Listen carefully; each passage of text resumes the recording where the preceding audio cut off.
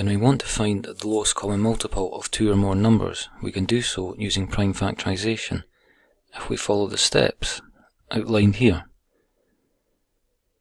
So, let's look at example A, where we look to find the lowest common multiple of 18 and 66. And the first step is to prime factorize both 18 and 66. We can use the approach here of dividing by prime numbers exactly until we obtain a result that is also a prime number.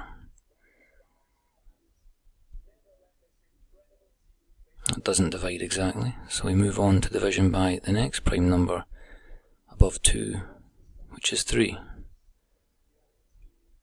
And this division does give us a result that is a prime number.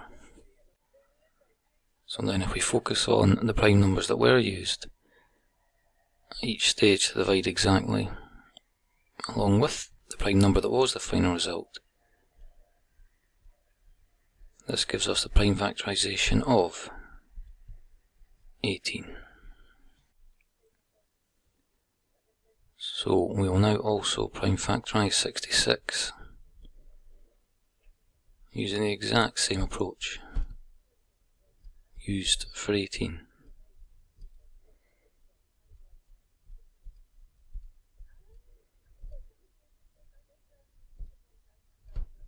So no exact division there, but a division of 3 does give a result of 11, which is a prime number. So we can carry out the prime factorization if we focus on the relevant prime numbers.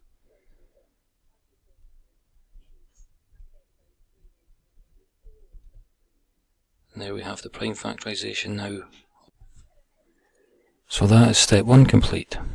The second step is to find the greatest common factor of the numbers involved. So if we list the prime factorizations out alongside each other,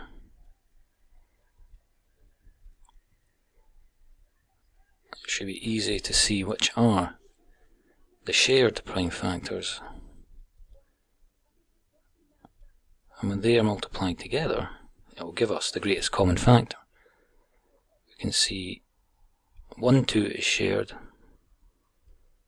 and 1, 3 is also shared.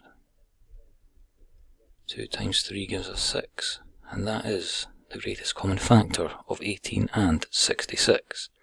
So now we move on to the third and final step, which is where we look to finally obtain the lowest common multiple of 18 and 66.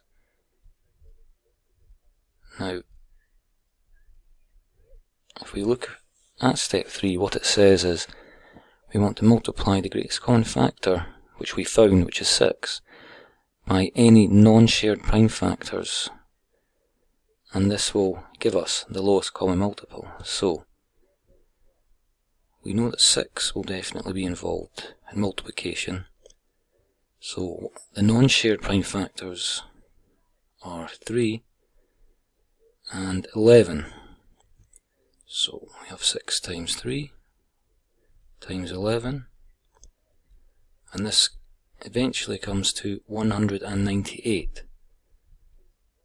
And this is the lowest common multiple of 18 and 66. And this approach can also be used any other time with other numbers, and you want to find the lowest common multiple between them.